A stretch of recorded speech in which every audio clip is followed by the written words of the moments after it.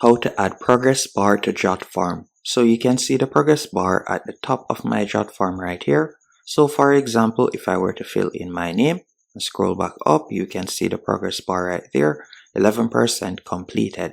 I'll be showing you how to add that to your Jotform. So the first thing you want to do is go onto the form. So let's say for example's sake, I were to select this form. So I'll tap on edit form.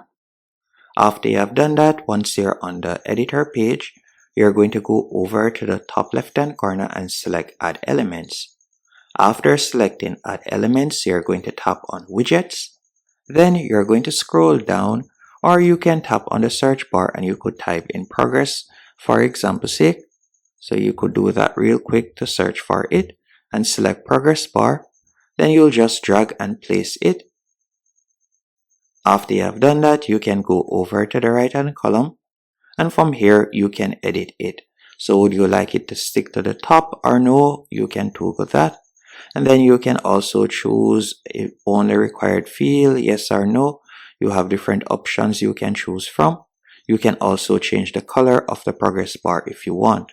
So let's say for example, instead of it being blue, I would like to change it to green. I could do that.